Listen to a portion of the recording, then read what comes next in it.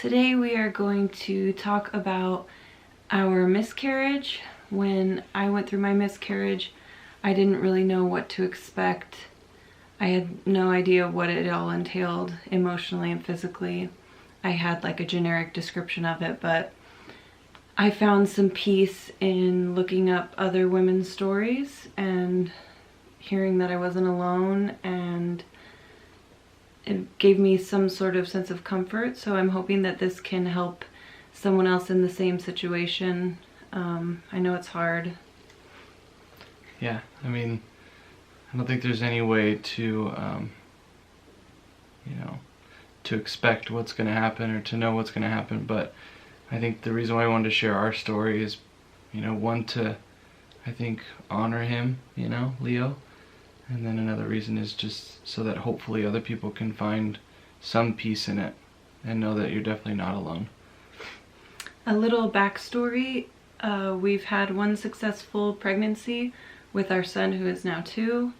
When he was born, we knew we wanted to have another baby soon after him. So we planned to try when he was about 1 year old, and we started trying in January of 2017, and we thought it would take a while because our last pregnancy took a few months to get pregnant, so we weren't, thinking it would happen right away.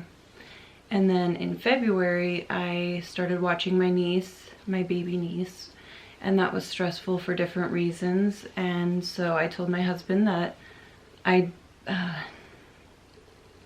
wanted to stop trying, and we would just pick back up in the summer, during summer break, so that there'd be less stress. And what we didn't know was I was already pregnant. At the end of January, I had a day of some bleeding, and I hadn't yet had my period since having my son because we full-time breastfed. And so I thought, oh, my body's trying to get my period back. That's all that was, but it was actually implantation bleeding, and I just didn't know it. I didn't think to take a test because I just didn't think I would have gotten pregnant in a month. And so the months went on, and we miscarried at 3 months. And I had pregnancy symptoms the whole time, even though we didn't know we were pregnant. I was really exhausted, but I thought that might be from watching 2 babies all day. And then the dog's digging behind us. No, that's okay. And I had sore nipples, and I thought maybe our son was just breastfeeding longer than normal. I had pregnancy brain, where I was very forgetful, and I just thought, oh, I'm watching 2 babies all day, that's what it is. And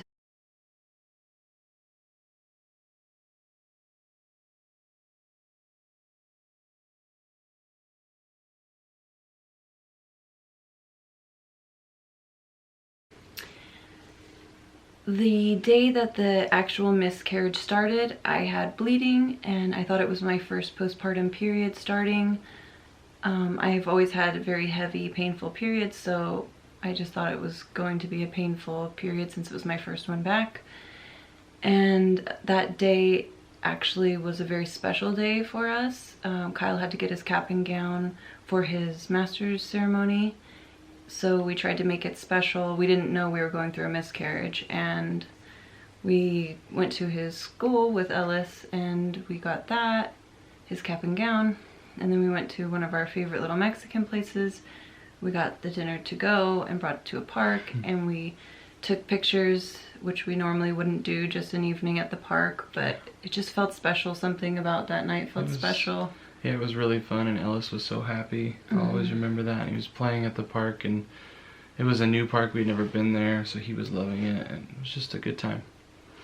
But that was a really special night that we both kind of hold on to. It was like our last night with our whole family, our baby, and even though we didn't know it. And then that night we came home. I had very bad cramps the whole evening, and I just thought it was a really bad period.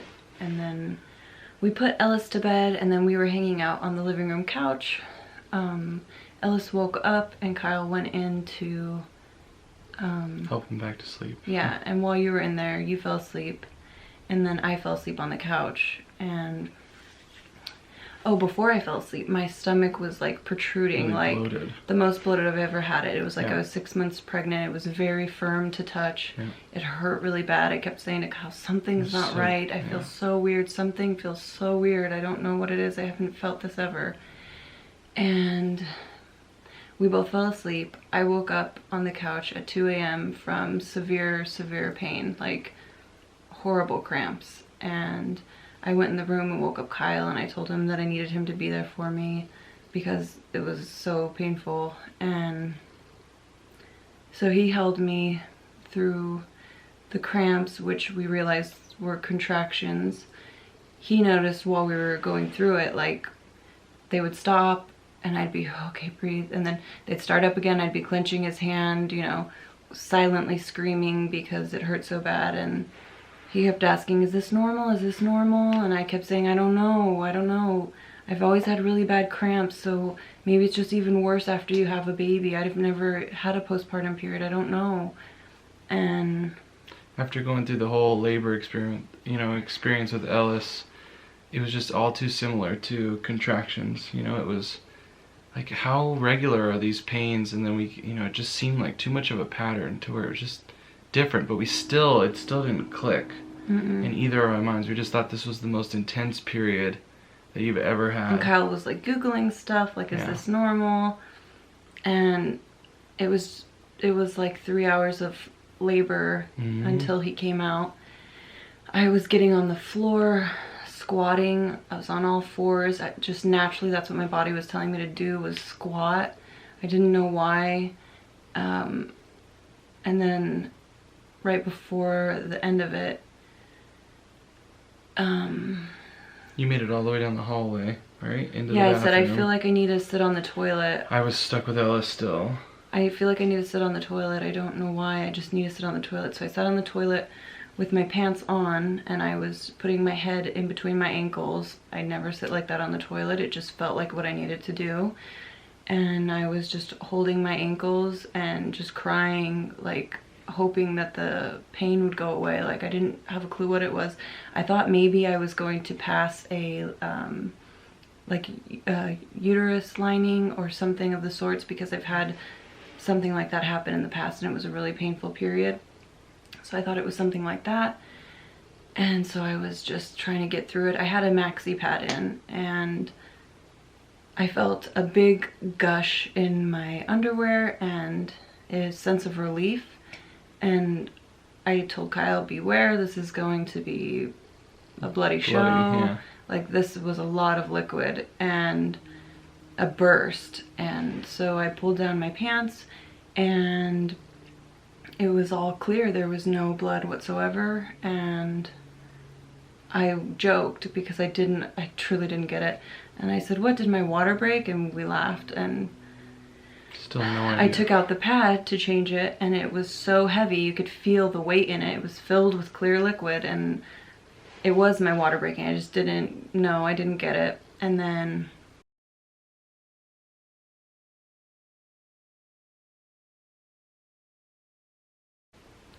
I started feeling the cramps or the contractions coming back really severely again. And so I was back in my squatting position, and I felt a physical thing come out of me, like a big thing come out of me, like nothing I've ever felt before.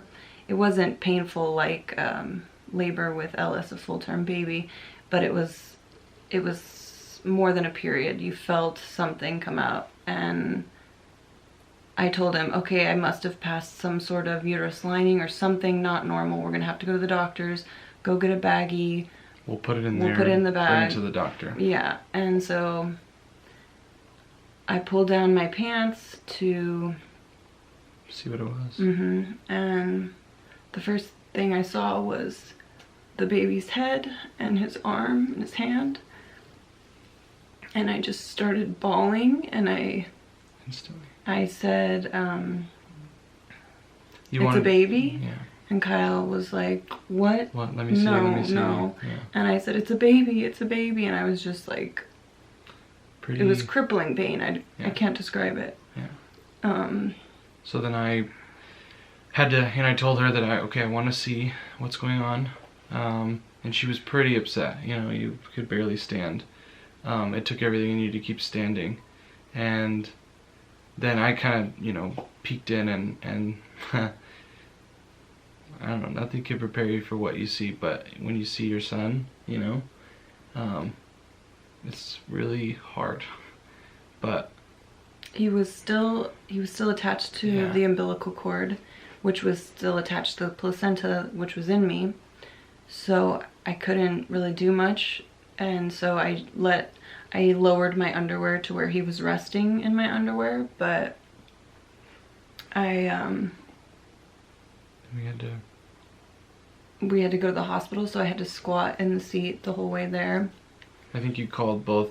I called Ashley Melanie and Ashley, my best friend and my sister, and I had my mom meet us at the hospital, and she watched Ellis during it. And I went in, they let me go right back. I told them I have a baby in my underwear, and I had no idea I was pregnant, so I was just in such a shock. And then I went back there, they said, like, they asked me details. I said, I think he would be 3 months because we started trying in January, and then we stopped. And the day of bleeding, that could have been implantation bleeding. So the doctor examined me and the baby, and she said that I was right, it was 3 months along.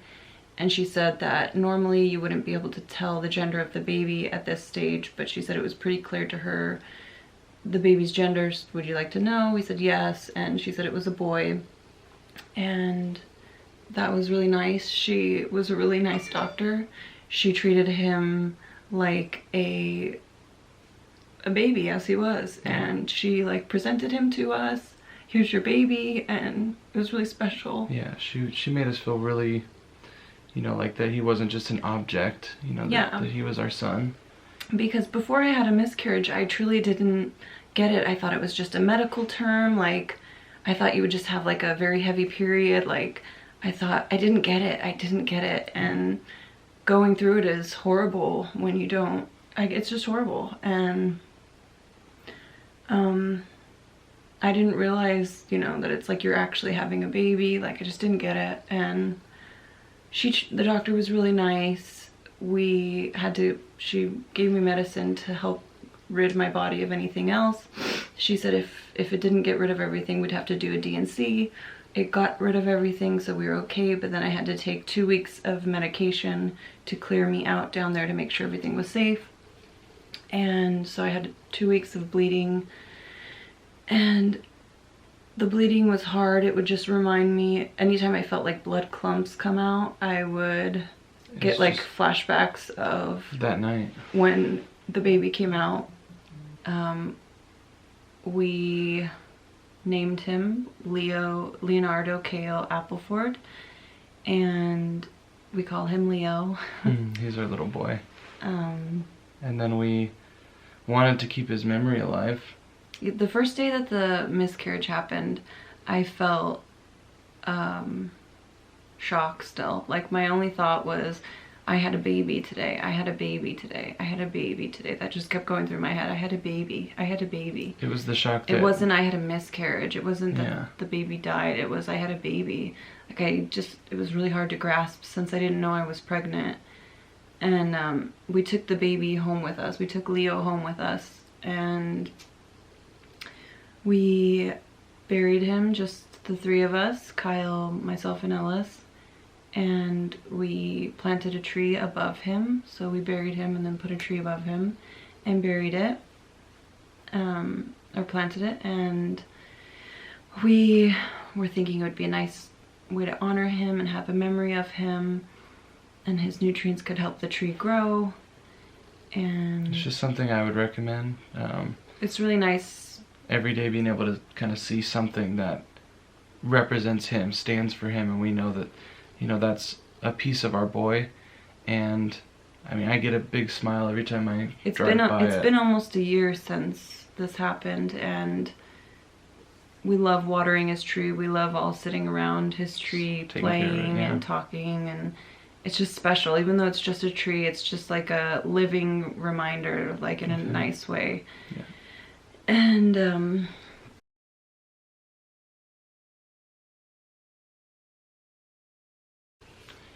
I think one thing that I think people should know is to not be afraid to talk about it. I know that everybody's different.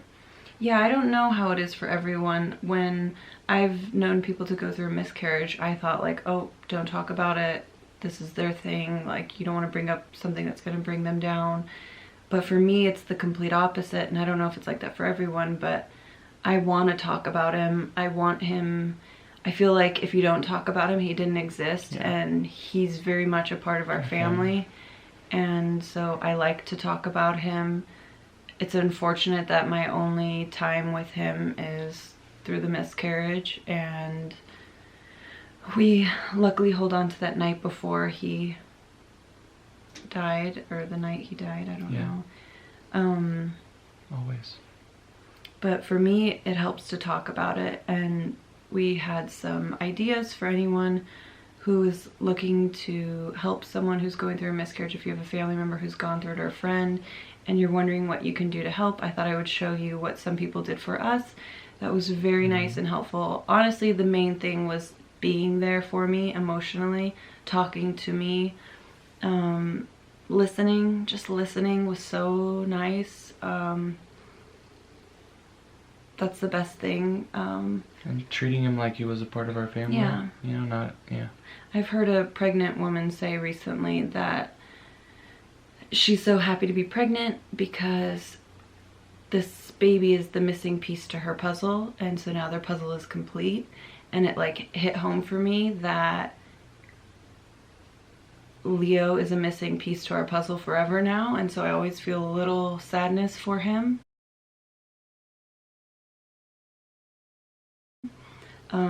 I did reach out to our doctors for some therapy, and he is like the best therapist ever, so I talk to him all the time. The holidays were very hard. Sometimes I would find myself holding it in, like the pain, and trying to block it out, and then it would all come out. But the holidays, no matter what, I always talk about Leo, and I always talk about the sadness when I feel it. And you know, I'm really good about that. But the holidays, no matter how much I talked about it with Kyle, I just had nights where I just bawled. You can't help but think about him and cries. what he would be doing if he was with us now. Yeah, because he would have been born by Christmas, so it was just hard. Just miss him. But some nice things people did for us were, my sister got me a necklace. I don't know where it is right now. Couldn't find it, but it's a little charm for infant awareness, infant loss awareness. I don't know. It's a little ribbon, like the awareness ribbons. And then I have this necklace from one of my, what would you say, Laura's one of my friends. Yeah. She's like my friend's mom, but she's also a friend to me. She's like family. But it's our son's name and his birthday. And then my cousins, they got us this little, they registered a star in his name, so then his name is there. And this was honestly the nicest thing ever. Yeah, it was so sweet. I told them seeing his name in print made him feel all the more real, because he doesn't really exist in the medical world, and it's just sad. But he has a star, and we can go out and look for it and think of him. And I thought that was just such a sweet and thoughtful gift. All three of those things were so nice, and I think they're a really good suggestion for anyone trying to help someone going through a miscarriage. But like I said, the main thing that was so nice was just people listening, people wanting to hear about him, acknowledging that he exists. I know it's an awkward topic and each person is different. Maybe some people don't want to talk about it, but for me, he's my baby. He'll always be my baby. He's just not with us, and I love him, and I want to say, like, I'm so proud of you for what, you know, you went through, and you guys both together, and you know, I'll never forget it. But you're very brave and strong, and I love you, and I'm proud of you. so we hope this was helpful to anyone going through this or knows someone going through this. We know it's a very hard thing to go through. Good luck, and thanks for watching. Bye.